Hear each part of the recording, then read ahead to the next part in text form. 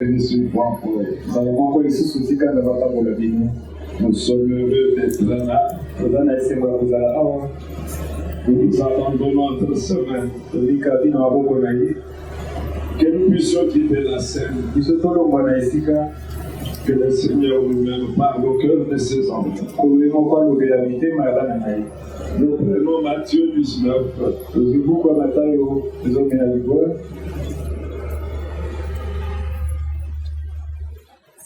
Matthieu 19.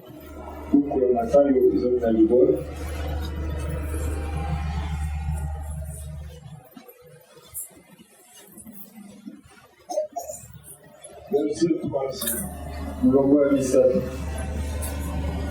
Les pharisiens l'abordaient.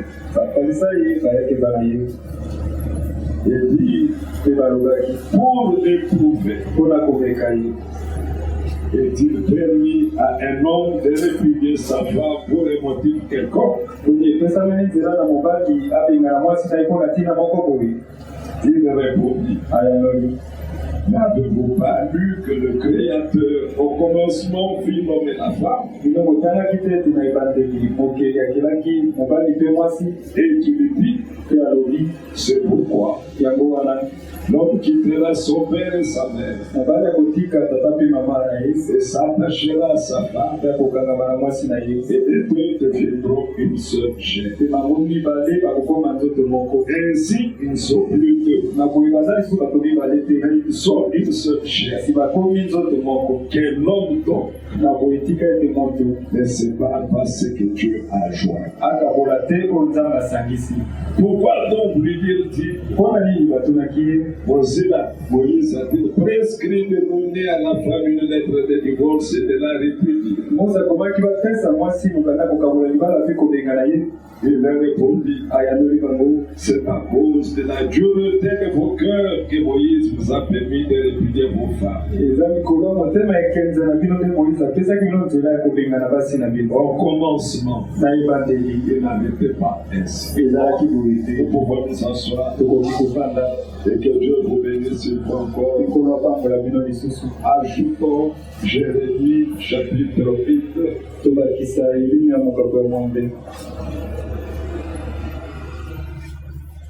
Verset 19. Prenons même le verset 18. Jérémie 8. Jérémie chapitre 8. Verset 18.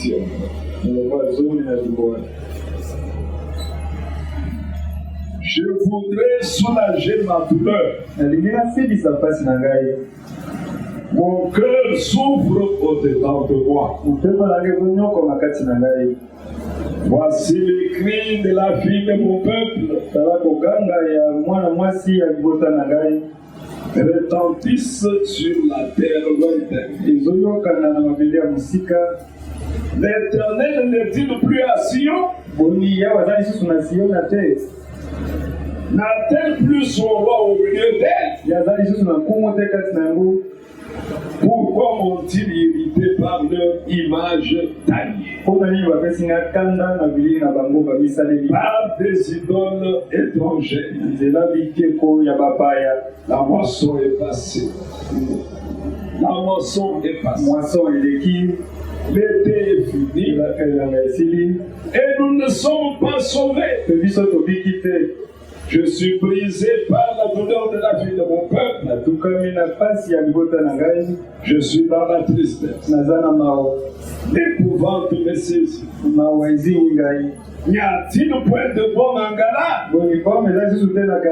Y a-t-il point de médecin? Pourquoi donc la guérison de la vie de mon peuple ne s'opère-t-elle pas? Une grande question. Si c'était un homme qui se posait cette question, on comprendrait. Mais cette question, c'est Dieu lui-même qui se la pose. Pourquoi la guérison de la vie de mon peuple ne s'opère-t-elle pas? N'y a-t-il pas de bon tombe en galade. Pas de médecin. Alors pourquoi est-ce qu'on ne guérit pas?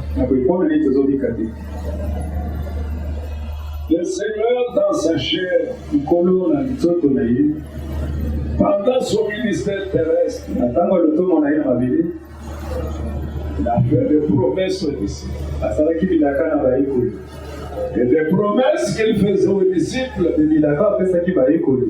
c'est de trouver déjà dans les Saintes Écritures. Déjà Joël annonçait, je répandrai mon esprit sur toute chair. Mon jeune Jean, il est né au nom de Jésus. Mon vieillard de songe, vous prophétiserez. Je répandrai mon esprit sur mes serviteurs et sur mes serviteurs.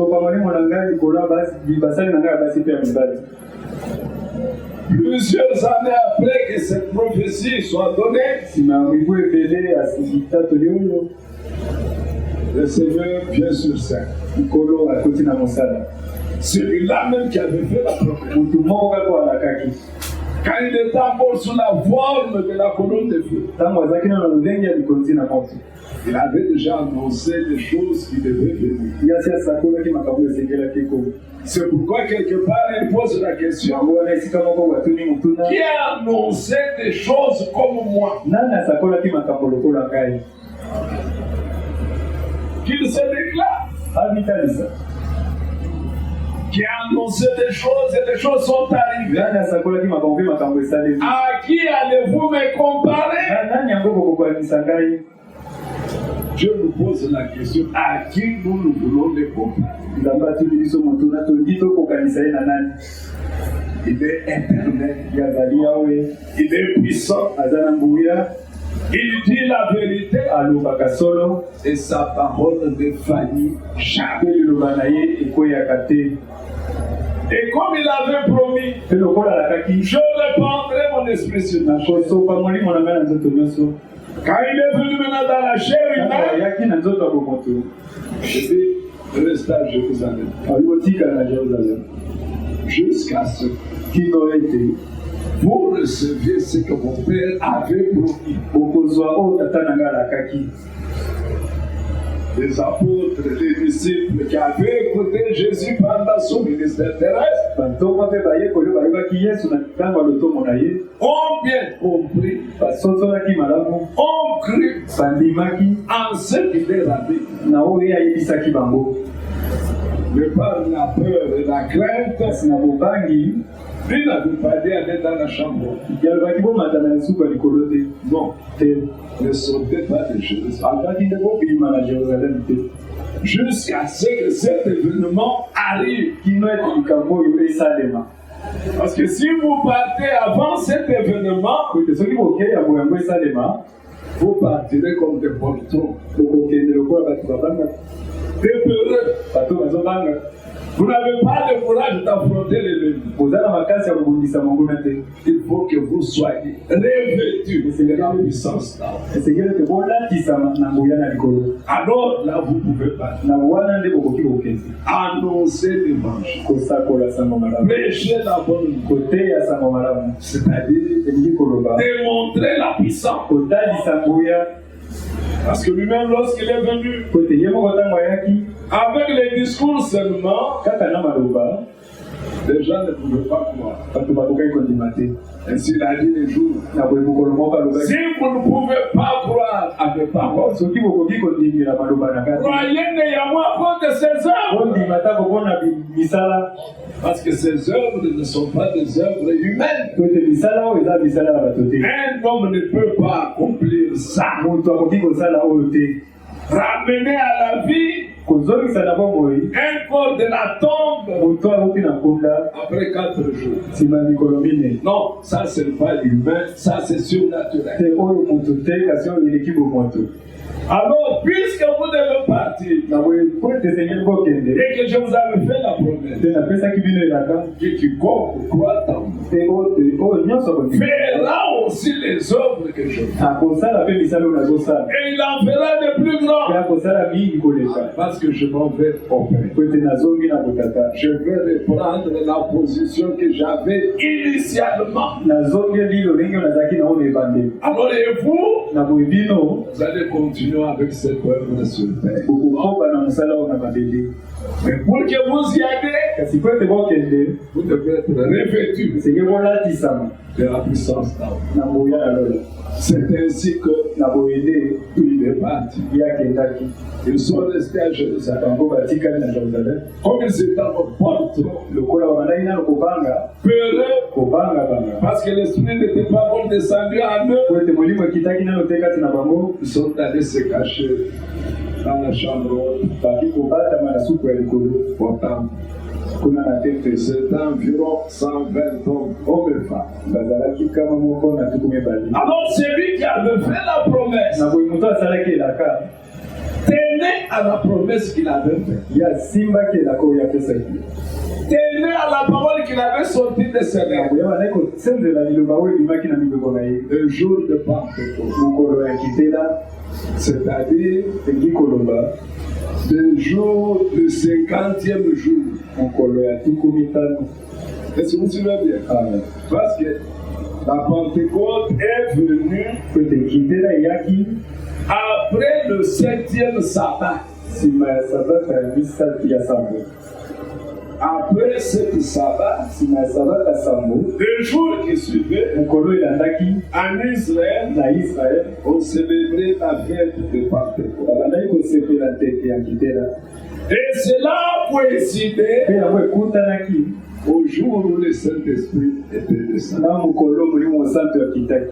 Est-ce que vous comprenez pourquoi Pentecôte? Pentecôte veut dire 50. Au 50e jour, le Saint-Esprit descend. Conformément à la promesse déjà faite. Ainsi les disciples ont expérimenté la véritable puissance de Dieu. Dieu, le Créateur, tabernaclant en chacun d'entre eux. Voilà comment la première église a commencé. Mais le Seigneur, quand il vient dans Matthieu,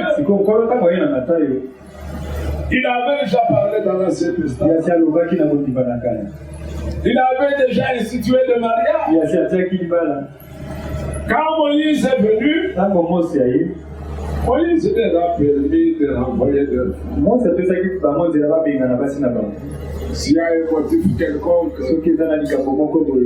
tu ne trouves plus que vous pouvez vivre ensemble, tu peux t'en débarrasser. Certaines choses que Moïse faisait coincé par ses frères.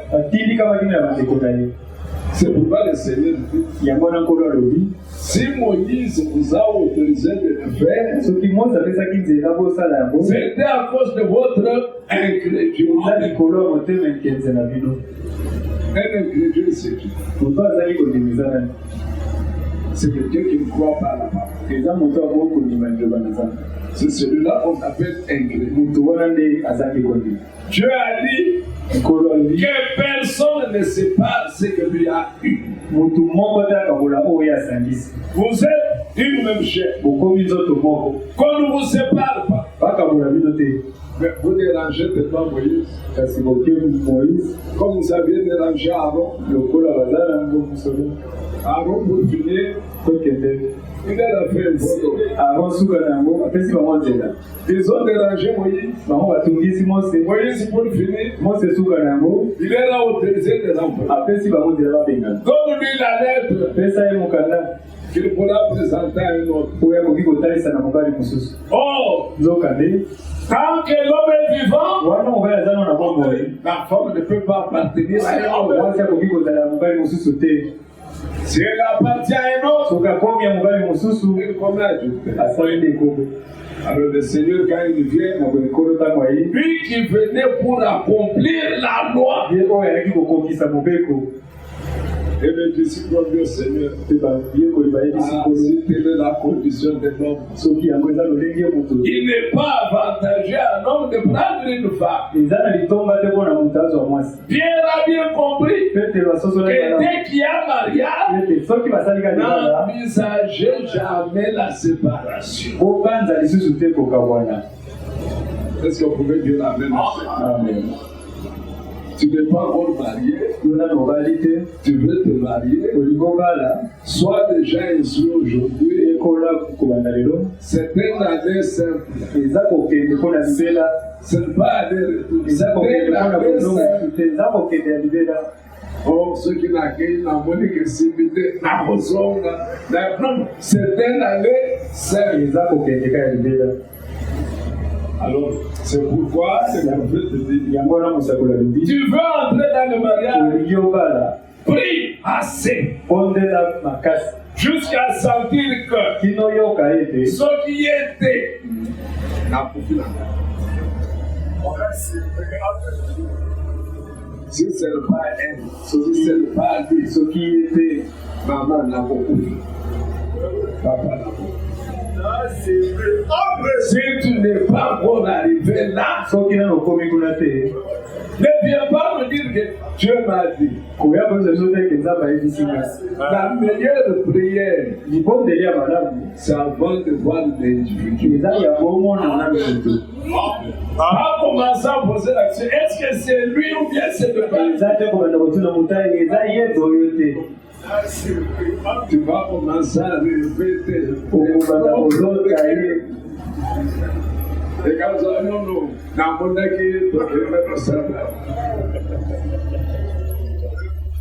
il y a des hommes, permettez que je vous le dise, que Dieu n'a pas uni. Vous allez apprendre une chose. Dieu ne peut pas unir de ses croyants. Dieu ne peut pas faire des choses. C'est pourquoi il nous rend seuls responsables du choix. Tu dois être le seul responsable. Pour que tu ne dises pas à Dieu que oh, c'est la femme que tu m'as donnée.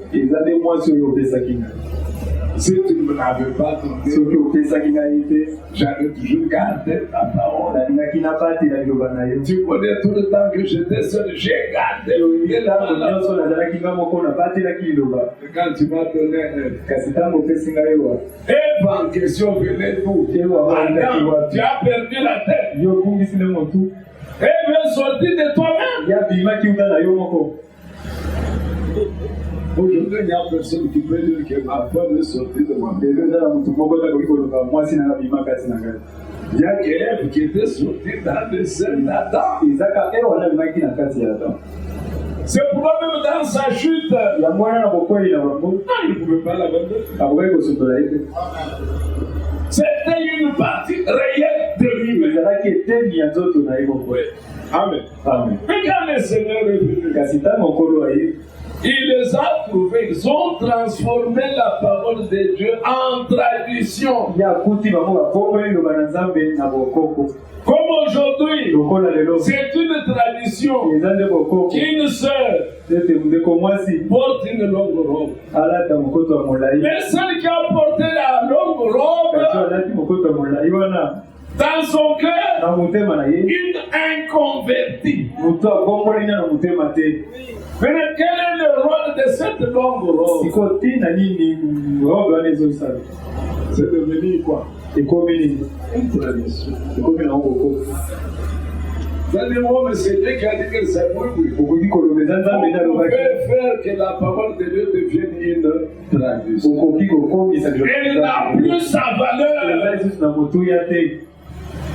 Elle n'est plus vécue comme parole de Dieu. Oh, mariez-vous entre des chrétiens. C'est devenu quoi? Une tradition. Puisque qu'est-ce qu'on remarque? Si je le savais, Comment tu es parvenu à prononcer ces jeux de sang? Le bien-aimé. Et le Seigneur nous dit, au commencement, il n'en était pas. Et au commencement de l'église, nous voyons ce qui se passe. Comme vous avez une écriture ici, dans le livre, quel livre? Dans le livre Actes 19. Allons là.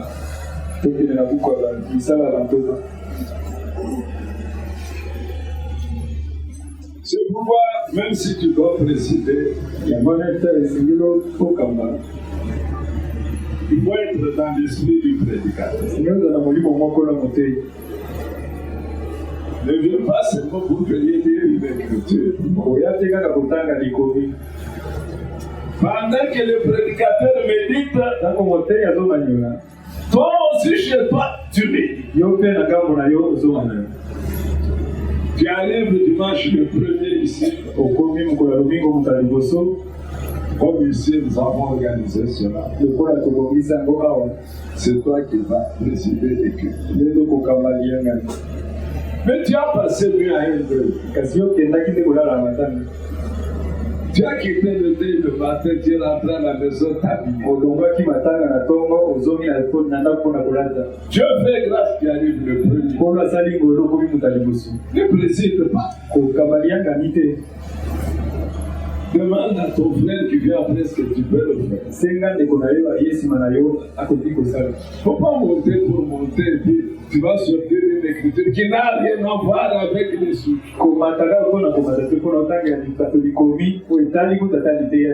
Vous voyez que je rentre dans une écriture qui avait été lue. C'est que quelqu'un peut dire, un frère m'a posé la question, est-ce que vous ne vous communiquez pas des versets? Comment je peux aller donner un verset à un prédicateur? Est-ce que ça a de ça? Acte 19. Quel verset? 10.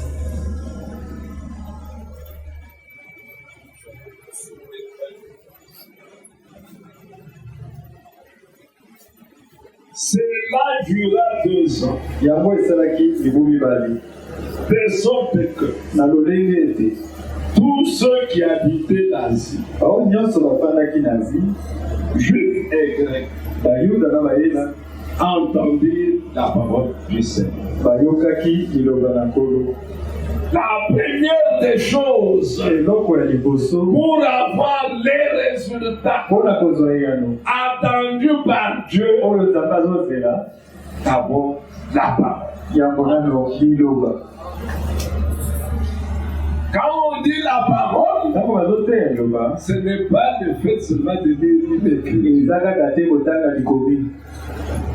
mais l'esprit qui est derrière l'écriture doit vous habiter, doit vous influencer, doit vous être présenté. Alors, quand le Seigneur disait, mes paroles sont esprit et vie, en recevant la parole, qui est esprit et vie, vous avez reçu la vie. Amen. Vous avez reçu la vie. Amen. La vie qui est dans la parole va vous influencer. Voilà que ces gens ont commencé par écouter la parole. Et quand le Seigneur est venu lui-même, il a commencé avec quoi? Avec le miracle. Il a commencé avec la parole. Et quelle parole? La parole pure. La parole sans mélange. Nous avons étudié pendant longtemps l'hybridation ici. Avec l'hybridation, vous n'aurez jamais un fils et une fille. Amen. Vous pouvez avoir une grande assemblée de 100 000 personnes. Mais avec l'hybridation, l'hybridation du haut de la chair dans l'assemblée, vous n'aurez jamais un fils, une fille. Parce que la parole de Dieu est une semence. Et l'ordre de Dieu est que la voix de Dieu, que chaque semence se reproduit selon son esprit. Et si Dieu est la parole, et que la parole doit se reproduire, qu'aurons-nous alors des petites et des petites déesses?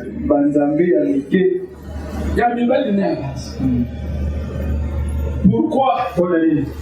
Des dieux, ne peut sortir qu'un Dieu. Amen. C'est juste. Alors ne cherchons pas la réponse ailleurs.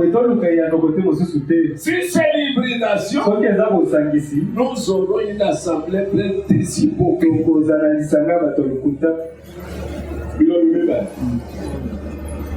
Ici, croyant. À la maison, incrédule. Et William Branham dit quelque part, un incrédule, c'est un païen. Un païen, c'est un homme qui ne connaît pas Dieu. Voilà pourquoi nous appelons nous autres les païens. Et l'Israël était considéré comme des croyants. Et ils croyaient en Dieu.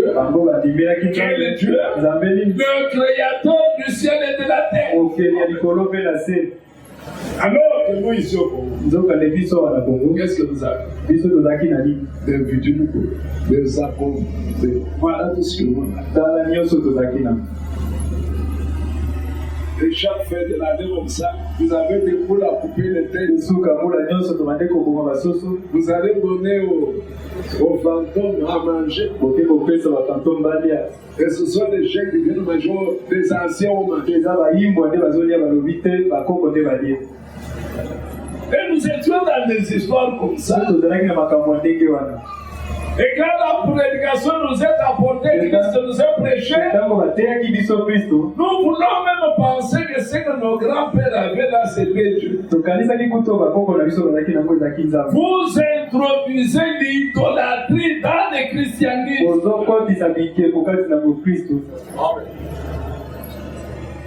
C'est facile. Oh, des anciens. Quel ancien? Nos anciens sont des apôtres. Est-ce que nous sommes là? Maintenant, la première église, disons, la parole était prêchée. Verset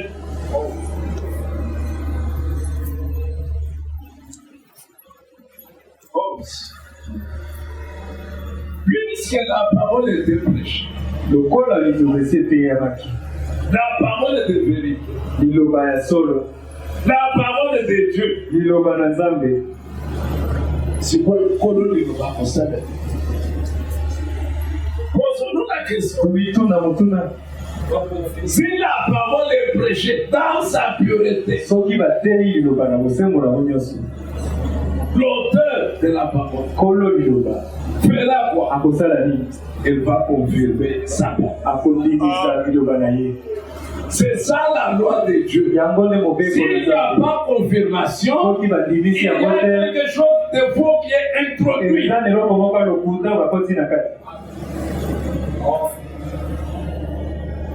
C'est le bobo. Sans présent. Est-ce que nous nous comprenons? Vous ne pouvez pas permettre comme aujourd'hui. Non, non, il faut que le Seigneur revienne. Comment un homme créé à l'image de Dieu peut accepter qu'il épouse un chien? Et Dieu peut rester tranquille. Non! sa fureur, il va détruire. L'homme va se rabaisser.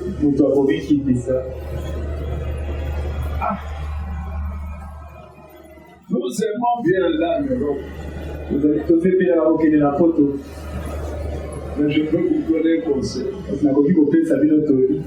Nous pouvons aller pour nous promener et revenir. L'Europe, c'est l'enfer sur la terre. Plus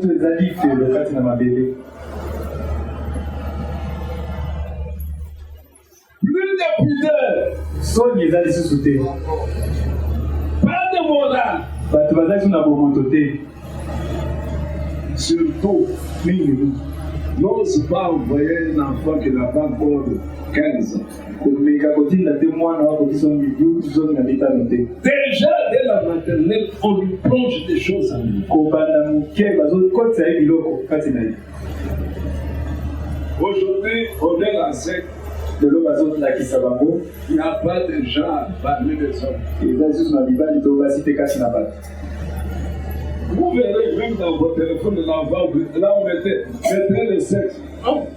On va aller. Pourquoi on met le sexe? C'est parce qu'il faut distinguer. Mais ils disent qu'il n'y a plus de gens. Et aujourd'hui, on vous présente un langage là parce qu'un homme genré. Un homme genré, c'est-à-dire un hybride. Un homme genré. Où est-ce que nous sommes? Nous sommes en plein Sodome et Gomorrhe. Qu'est-ce qu'il faut pour Sodome et Gomorrhe? Il faut que le feu tombe. Maintenant, on ne vous raconte plus. Vous les vivez. Vous les voyez. Il y a même un des candidats. Je crois qu'il ne sortira jamais plus de parole comme celle-là.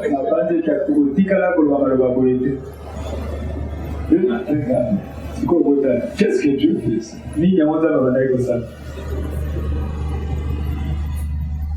Et Dieu faisait des pas un apôtre.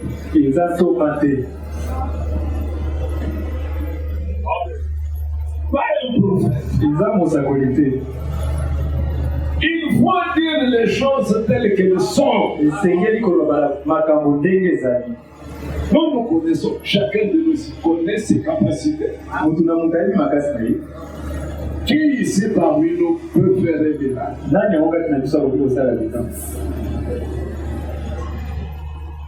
Pour qu'un miracle authentique arrive, il faut que le Jéhovah des miracles entre sur scène.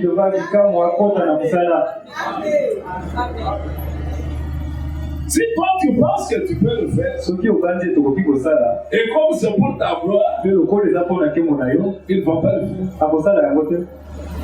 Il ne va pas descendre. Tu peux appeler les moyens au commande. D'ailleurs, on dit le combat, c'est la caméra sur ma casse. La bain, c'est le nom de Santénaire, ou bien c'est le nom de c'est plus. La commande et Dieu faisait des miracles extraordinaires par les mains de Paul. Pas Paul, mais Dieu. Pas William, mais Dieu. Si vous ne voyez pas des choses comme ça, vous tombez dans l'idolâtrie.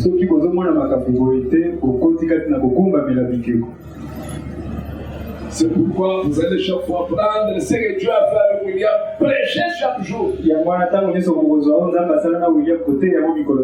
Pourquoi? Parce qu'avec vous, il ne fait rien.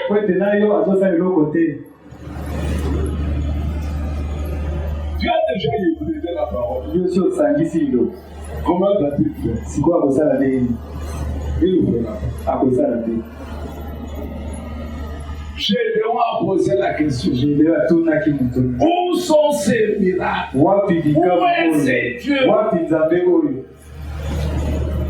Jérémie a posé la question.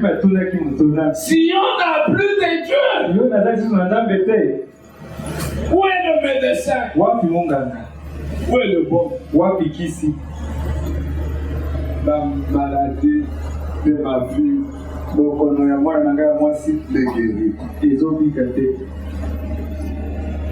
la marche, quand vous ne voyez pas les résultats, prenez le courage de vous arrêter.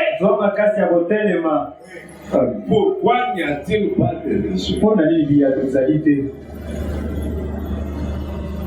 Parce que Dieu a changé. Dieu est absent.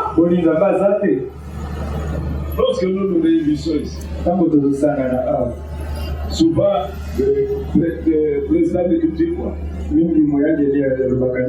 Que Dieu est là. Il est au milieu de nous.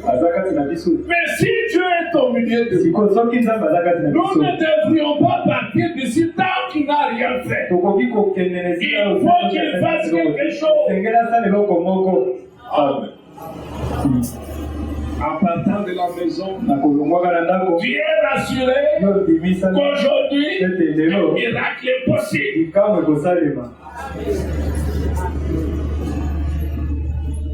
Parce que quand il verra donner le Saint-Esprit au commencement, nous avons vu comment il a marché avec eux. On nous dit là, des miracles extraordinaires. On ne les décrit pas, on dit extraordinaire. Par les mains de Paul. On peut ajouter. Qu'est-ce qu'il dit? Alors lui, il se souvient. Au point qu'on appliquait sur les malades les linges ou les mouchoirs qui avaient touché son corps, et des maladies d'équité, et des esprits malins sortaient. Quelques exorcistes juifs, essayer d'invoquer sur ceux qui avaient des esprits malins le nom du Seigneur Jésus en disant, je vous conjure, par Jésus que Paul prêche. Je vous avais dit ce qu'une sœur avait fait avec Willy Gab. Elle va prier pour qu'il puisse manger. Oh, je prie ainsi dans le nom de Jésus qui était en Branham. Ce n'est pas le même esprit. C'est le même esprit.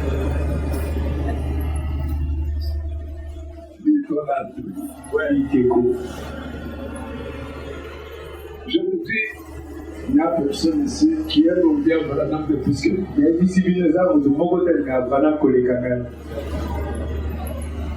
Mais je n'enlèverai jamais Branham de sa place. Là où Dieu l'a placé. Allez le placer là où Dieu ne le voit pas. Non. Une grande erreur que le frère du message commet. Les autres qui demandent le prophète à sa place. Si réellement nous croyons que c'est Dieu qui l'a envoyé, comment Dieu peut l'envoyer? Et maintenant il devient l'égal de Dieu. Non, c'est impossible. C'est infaisable. Irréalisable. Dieu restera Dieu. Amen. Amen. Il est là pour avec Moïse. Quelle que soit la manière dont il avait utilisé puissamment Moïse. Quand Moïse a osé faire quelque chose, c'est fini. Allez, il a voulu discuter. Quand l'homme va répondre, elle dit ce matin, ta marche s'arrête toujours. Kotamba et ceux qui le Si la frère veut avec Moïse, ceux qui a ça là qui a mon amour, qu'est-ce qu'il peut faire avec les cheveux? ni il n'y a pas beaucoup de ça là qui est. Ce qui était au commencement, le même évangile, va être là aujourd'hui. La foi qui était au commencement va être là aujourd'hui. Si nous voulons voir les mêmes résultats.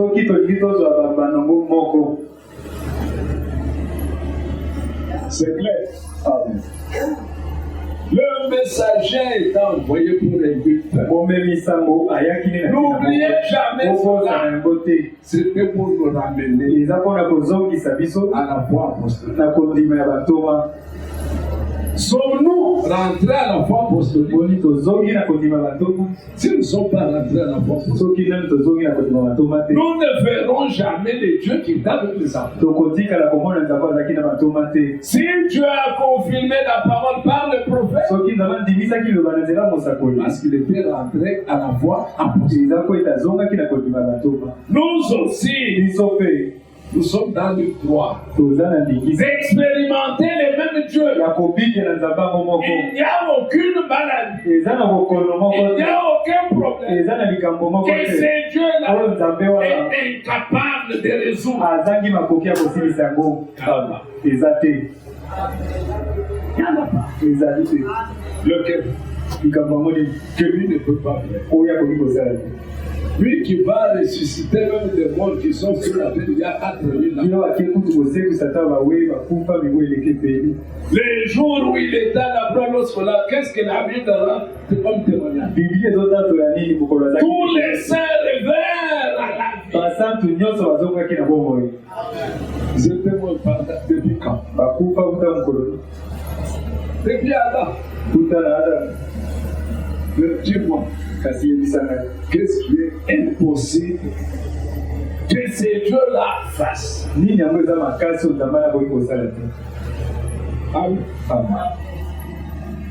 Il faut d'abord avoir une foi et une foi solide. Une foi dans la promesse, une foi dans sa parole. Et ne pas avoir peur. Oh, ce qui m'a fait, est-ce qu'il y a combien d'années était passé? Tu écoutes les gens. Nous avons besoin, comme les autres, une foi audacieuse. La foi comme celle de Mouché. Vous connaissez Mouché? Voilà. Tu vois. Quand vous le voyez chasser l'esprit, vous ne pouvez pas vous imaginer que cet esprit-là peut rester là.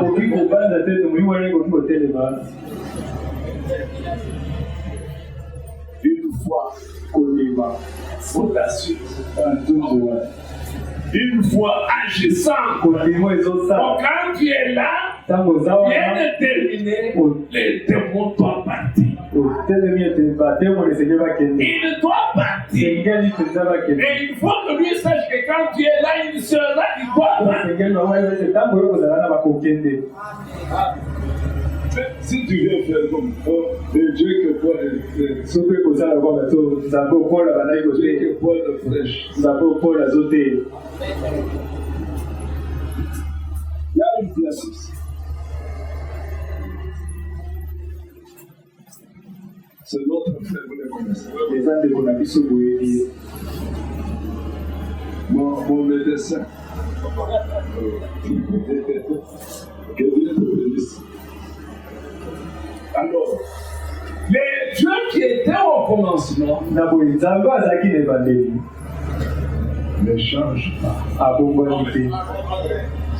Il est un Dieu infini. Ce qu'il avait fait au commencement, il doit le faire aujourd'hui.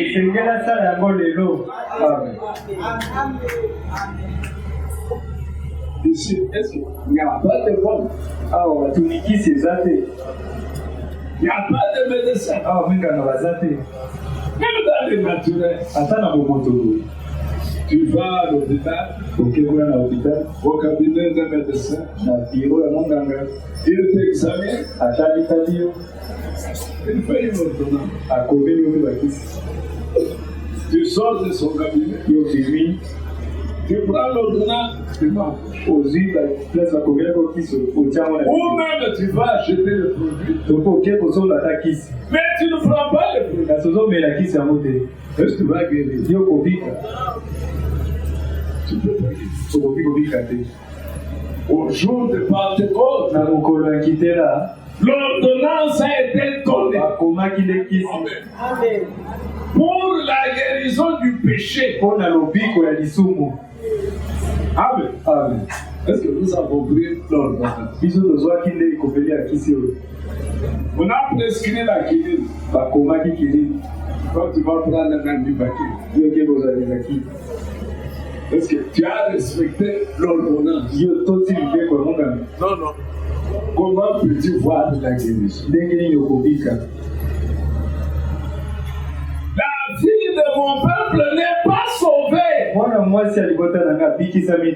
La vie que mènent les frères et les sœurs. Est-ce que c'est la vie des hommes sauvés?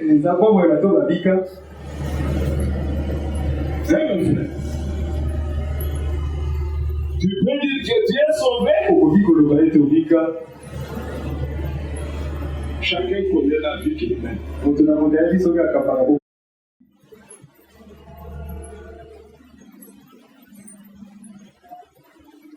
Mais si tu fais semblant de vivre, tu vas perdre inutilement ton temps.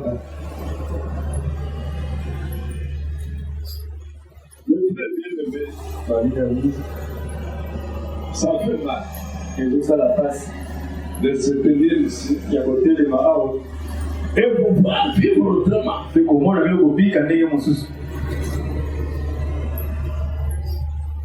fois c'est décevant. Avec cette parole, partir d'ici et vivre autrement. Non. Mais nous sommes encore au temps de la grâce. Dieu sauve encore. Il peut encore te sauver aujourd'hui. Il peut te donner le Saint-Esprit aujourd'hui. Il peut te transformer aujourd'hui. Il n'est pas tard. Amen. Mais lorsque la parole de Dieu, le prophète dit, dans le retour du jubilé, prêché le 22 novembre 1962,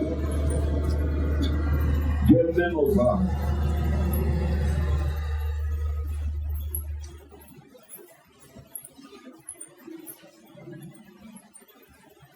Au paragraphe. Vous êtes là? Paragraphe 7. D'abord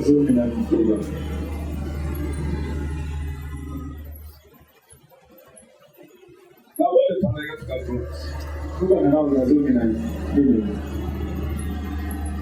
Et je suis en train de lire une histoire sur le mouvement de la Pentecôte. Comment il y a juste une centaine d'années, il a été déversé en Russie. Ils l'ont rejeté. Voyez-vous ce qu'ils ont connu? Et partout où Dieu envoie ses bénédictions et où les gens les rejettent, cet endroit-là tombe toujours dans un chaos. Mais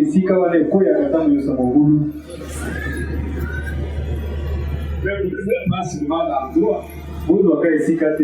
Même toi, tu rejettes. C'est fini. Le chaos doit s'ensuivre. Au paragraphe 7. Maintenant, Maintenant, nous prenons Israël comme type ou symbole. Puisque c'est le temps de jubilé. Et il a été donné à l'église une portion qui est Christ lui-même, déversé par le Saint-Esprit dans chaque cœur qui voudrait recevoir.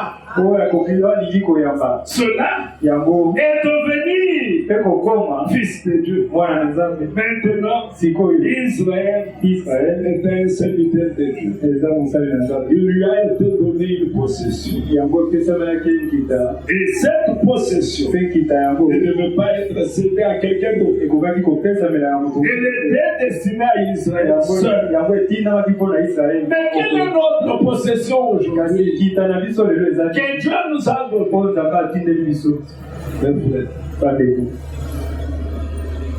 Quelle merveilleuse image cela nous donne. Ah, c'est le Odyssée au milieu. Car cela est un type du placement dans l'église. Par Dieu lui-même, de chaque membre, de chaque pierre, de chaque place, de chaque chrétien, comme individu. Mais si tu perds ta possession, c'est vrai, pas d'écoute. Au paragraphe 25. Vous êtes là. Amen. Nous avons besoin de retourner à la puissance de Dieu. Amen. Amen. Amen. À quelque chose qui peut produire la même chose aujourd'hui. Oui. Amen. Nous avons le droit de voir des paralytiques marcher, les morts ressusciter, les malades être guéris. Dieu nous l'a donné. Mais pourquoi vous ne le voyez pas? Est-ce que c'est parce que le Saint-Esprit n'est pas là? Le Saint-Esprit est là. Dieu n'est pas là. Dieu est là. Mais où est le problème? Vous ne voulez ni du Saint-Esprit ni de Dieu.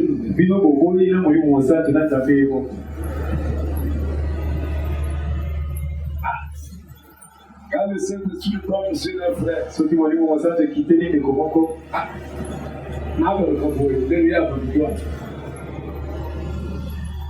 Saint-Esprit a monté voir. On a dans sa vie.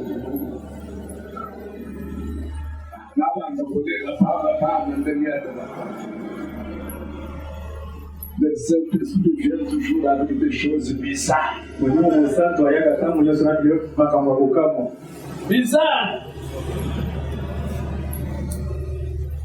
Non, vous ne pouvez pas voir la zone de l'environnement. Devant le Saint-Esprit de Dieu, il faut sortir de cette vie. Un adulte, mon colo, un adulte.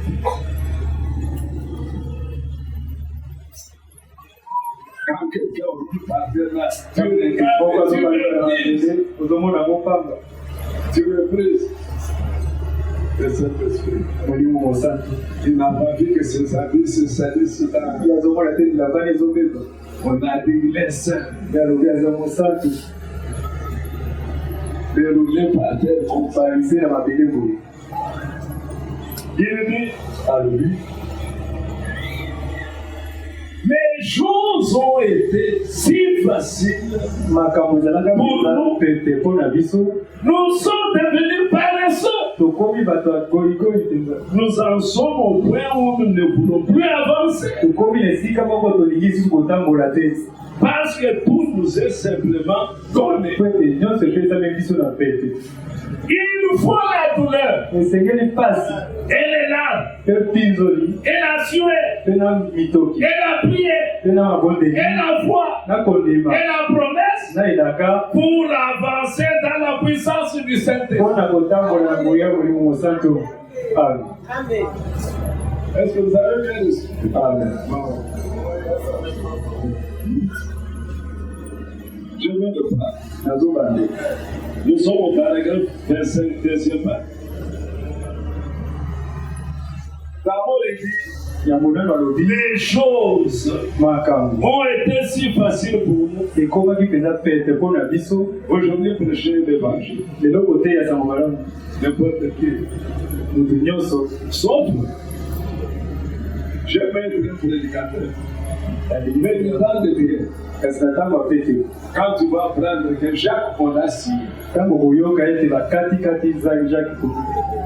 là-bas, regarde la prière Étienne. Pour être prédicateur, il faut être le premier à être appelé. À partir de Saladin. Et le prophète dit, les choses ont été si faciles pour nous. Nous sommes devenus paresseux. Nous en sommes au point où nous ne pouvons plus avancer. Parce que tout nous est simplement. Maintenant, il dit, il faut la douleur. Et les larmes. Et la sueur, et la prière, et la foi, et la promesse pour avancer dans la puissance du Seigneur. Ce zèle et cette puissance qu'ils avaient dans ce temps-là ont disparu dans nos assemblées depuis longtemps. Je crains que si on tirait par les fenêtres ce soir, des gens ne fuient dans tous les sens pour ne plus jamais revenir. Mais là, ils donnent un témoignage. Quelque part, les frères étaient en prière. Les gens sont venus pour tirer. Ils ont tiré sur une sœur.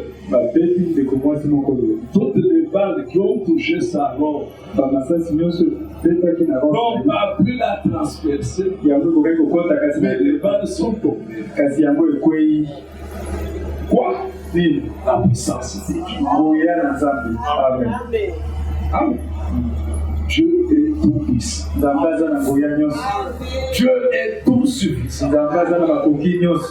Lorsque le prophète dit, là où son message sera prêché, dans toute sa pureté, les surnaturels sera là.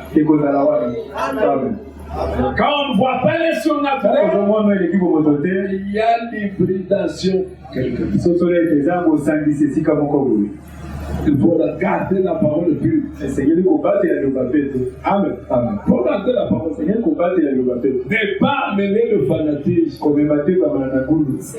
Nous servons bien le prophète. C'est le religieux, c'est ça. Le reste que je dis, voilà, non, mais là, Dieu est satisfait.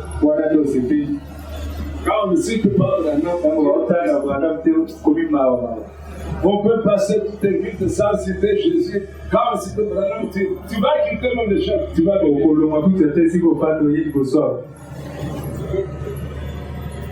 c'est la mer qui n'apporte rien aux autres. Et avec ça, vous voulez que Dieu agisse? Il n'agira jamais. Mes frères, mais autre chose, ça peut être mal. Vous savez, et pensez à ces choses qui arrivent comme ça. Et pourtant, il est bien évident que les dieux d'autrefois et encore Dieu aujourd'hui, le Dieu qui était resté toujours Dieu, il attend que les siens gardent leur vœu et tiennent leurs promesses. Quand tu étais aux eaux du baptême, quelle était la promesse? Je resterai avec cette femme. Amen. Je ne m'en éloignerai jamais. Je ne la falsifierai jamais. Na kobongola yango te. Mais là où vous falsifiez la parole, kasi si kobongola liloba mes bien-aimés, balingami sachez que boyeba ete Dieu n'y est plus. nzambe aza lisusu te. Et si vous voulez voir Dieu revenir, soki bolingi bomona nzambe kozonga kati na biso revenons d'abord à la parole. tozonga na liloba. Le prophète dit quelque part, mosakoli alobi esika moko boye un enfant de Dieu, mwana na nzambe pour naître, po ete abotama. attends que je trouve, pour ne pas dire quelque chose.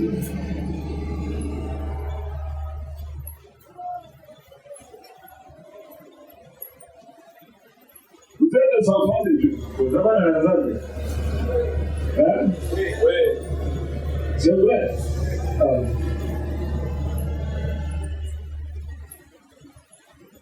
Genesis. alobi boye À la même prédication. na liteya moko boye. Au paragraphe 39. Paragraphe 39. Deuxième part. eteni ya mibale. Comme un bécasseau sur un arbre, comment un bécasseau sur un arbre pourrait-il comprendre ma manière d'agir? ndenge nini bekasi likolo ya nzete akoki kososola ndenge na nga akosala. Comment pourrait-il jamais dire, ndenge nini akoki koloba moi je n'agis pas comme ceux? nga nazosala boye te. La seule manière pour lui de pouvoir être ainsi serait de n'être comme moi. lolenge moko mpo na ye asala boye eza kobotama lokola ngai. C'est de cette manière eza na lolenge wana nde que l'organisation est morte. ete libongiseli ekufa Elle est égarée. Elle a égaré les gens. yango ebungisi bato nzela Car elle a suivi un créneau. po ete yango elandi endimeli moko. L'église, vous êtes là. Amen. Écoutez. Boye Cependant, nzokande pour être un fils de Dieu, mpo na kozala mwana na nzambe vous devez naître de l'esprit de Dieu. esengeli kokotama na kuta na molimo na À ce nzambe. moment-là, na ntango wana nde vous devenez semblable à Christ okomi lokola kristo et vous faites les œuvres de Christ. mpe kozosala misala na kristo. Amen. Ne nous encourageons pas. tomipesaka kaka makasi te Non. te Si je ne vois pas les œuvres de Christ, soki nazomona misala ya kristo te c'est que je ne suis pas semblable à Christ. elakisi nakokani na ye te. Et puisque je ne suis pas semblable à lui, te lokola naza lokola ye te c'est que je ne suis pas né de son esprit. elakisi nabotami te uta na molimo na ye. Alors qu'est-ce que je dois faire? na bolingi yango na kosala Je dois repartir. sengeli nazonge. Est-ce que vous me comprenez? Amen. Je dois repartir. sengeli nabandela Je ne peux plus continuer. nakokoka lisusu kokoba te Parce que je n'avancerai plus. po ete nakokende liboso te. Le prophète m'a dit qu'il n'y a pas moyen d'avancer dans la puissance. mosakoli olobi makoki eza te ya kotambola na ngoya. Oh, nous devons avancer dans la nzoka nde puissance. esenge totambola na kati na ngoya. Mes frères, bandeko croire la Bible, kondimela biblie c'est croire aussi les actes des apôtres. eza mpe kondimela misala ya Et bantoma cela doit se reproduire parmi ete nous. yango esalema lisusu kati na biso. Nous devons voir Dieu à l'œuvre. ete tomona nzambe kati na Nous mosala devons voir Dieu sur scène. komona nzambe na mosala Accomplissant, confirmant. kondimisaka liloba na ye. Amen. Amen. Que nos yeux s'ouvrent. ete biso biso ekongo Ne soyons pas distraits. tobungisa kokembi te. Nous ne venons pas ici pour nous distraire. toyaka kobungisa makanisi te. Nous venons ici pour marcher avec Dieu. toyaka mpona kotambola na nzambe. Nous venons pour que Dieu agisse au-dedans de nous. toyaka po ete nzambe asala kati na biso. Nous venons pour avoir la vie de Dieu. toyaka mpona kozwa bomoi na nzambe. Il n'y a pas de vie de Dieu sans naissance. eza na bomoi na nzambe te koki kopesama libanda ya kobotama. Amen. Amen. Alors, il faut avoir cette vie. na boye esengeli kozala bomoi ya Que Dieu donne po nzambe apesaka au moyen de sa parole. na nzela liloba na ye. Par la prédication de l'évangile. na nzela liteya sango malamu. Amen. Amen. Ça vous fait la joie. Amen. Il faut reconnaître que Dieu est à l'œuvre. sengeli kondima ete nzambe azosala. Dieu n'est pas fatigué. nzambe alebi te. Dieu continue. nzambe azokoba. Mais nous sommes à l'enfer. kasi biso toza na suku. Est-ce que vous posez la question obitunaka motuna à voir ce qui se passe en Israël, na kotala po ezoleka na israel ce qui se passe au po Moyen-Orient? ezoleka na moyen-orient. Nous avons combien de temps sur cette terre? totikali na ntango boni na mabele yao. Vous êtes là. Amen.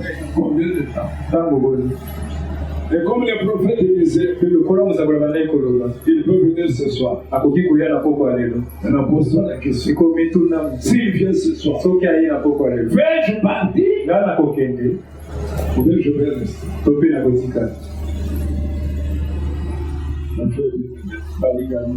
Que chacun travaille à son salut avec crainte et tremblement. Nous ne sommes pas autant. Souvenez-vous, quand il était chez Abraham, il était le Jésus. Quand il était avec Moïse, le Jésus. Aujourd'hui, il doit être encore le Jésus. Et s'il est le Jésus, écoutez bien, tout ce qu'il a de faire, il doit le faire. Il n'est pas de jeter. Il n'est pas de Josué. Il est le Jésus. Aujourd'hui, accomplissant les mêmes choses. Accordant les mêmes bénédictions. Vous avez droit pas attendre, mais avoir et recevoir ce que lui a promis. Avant qu'Abraham ne fût, Jésus. Amen. Amen. Et s'il est Jésus, et s'il est présent, maintenant, tu n'as pas le droit de sortir sans réponse. Tu n'as pas le droit de repartir malade. Parce qu'il a déjà accordé la guérison. Tu n'as pas de partir triste. Tu dois repartir d'ici. Joyeux. Heureux. D'abord écouter la parole. Je crois en toi. La parole du Seigneur. Amen. Amen. Jésus a posé la question. C'est pas votre incrédulité. Que Moïse vous a enseigné. Vous pouvez chasser votre frère. L'enfant passé, un frère m'a suivi au bureau. Il dit, on va faire les cartes, tu dis ça, tu encourages de ça.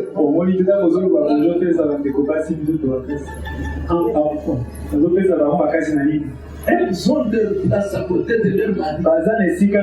Pas autre place. Quelle faute, quelle ne faute pas. Sa place, sa côté de son mari. Jésus a dit au commencement. Est-ce qu'Ève avait fauté? Je pose la question. Quelle était la réaction d'Adam? Dieu nous a dit ça.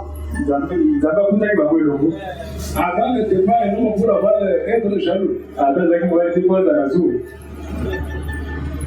Ainsi Jésus pose la question. Ce qui est ici, au commencement. Au commencement de l'église, il y avait des miracles. Il y avait des nouvelles naissances. Il y avait Dieu au milieu du peuple. Aujourd'hui, la même chose. Le même Dieu doit être au milieu de son peuple, accomplissant les œuvres. Tu viens ici, malade, tu n'es pas guéri. Tu viens ici sans argent, tu n'es pas avec l'argent. Tu viens ici malheureux, tu n'es pas heureux. Il n'a pas changé. Que Dieu vous bénisse. Dieu vous bénisse. Tu es tellement puissant pour nous secourir. Toi qui n'as jamais changé. Toi qui demeures les mêmes. Les mêmes qui agit avec les apôtres. Les mêmes qui agit encore aujourd'hui. Nous disons que tu es le 13-8. Tu es le même hier, aujourd'hui, pour toujours. Nous t'avons vu comment tu as opéré des miracles extraordinaires avec les apôtres que tu avais appelés, que tu as mandaté, et aujourd'hui encore, tu fais la même chose. Avec ceux-là que tu appelles, avec ceux-là que tu mandates, Seigneur, tu opères la même chose. Ceux-là qui se sont approchés de toi par la foi, tu les avais guéris. Aujourd'hui encore, Seigneur, il y en a ceux-là qui se sont approchés de toi avec un profond désir de retourner chez eux et t'en guérir. Seigneur, je compte sur toi. Et dans ta main qui n'est pas courte pour agir, Seigneur. Et dans ta main, Seigneur. Et dans ta main, Seigneur. Tu as dit l'Esprit du Seigneur est sur moi, car il m'a oint pour guérir le cœur brisé. Seigneur, il y a ces cœurs qui sont brisés aujourd'hui et qui se sont approchés de toi. Puis-tu accorder la consolation à ces cœurs? Je t'en supplie, Seigneur. Ces produits médicinaux, Seigneur, ne pourront rien faire. Et cela ne guérit pas. Mais c'est toi seul qui guéris. Car Dieu dit, c'est moi qui vous guéris de toutes vos maladies. Même ce qui est déclaré incurable, Seigneur. Mais toi, tu accordes la guérison. Puisses-tu l'accorder encore aujourd'hui, afin que le cœur soit. Seigneur, je compte sur toi. Fais quelque chose pour mon frère. Je t'en supplie, fais quelque chose pour ma soeur. Toi qui es riche en miséricorde, Seigneur, sois miséricordieux. Et que chacun puisse dire réellement la main de miséricorde de notre Seigneur s'est reposée sur moi. Et voilà que je retourne guéri alors que j'étais malade. Seigneur, accomplis-le. Nous avons besoin de toi. Nous avons besoin de toi. Merci Seigneur. Parce que tu dis tout ce que vous demanderez en priant, croyez que vous la verrez reçu et vous le verrez s'accomplir. Tu ne manges jamais et ta parole ne peut être anéantie. Seigneur, accomplis-le encore aujourd'hui.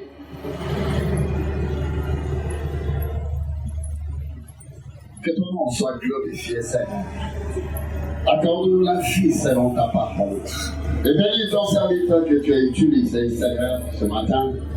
Et bénis chacun de nous ici présents. Bénis les offrandes. Bénis les dîmes. Bénis notre retour.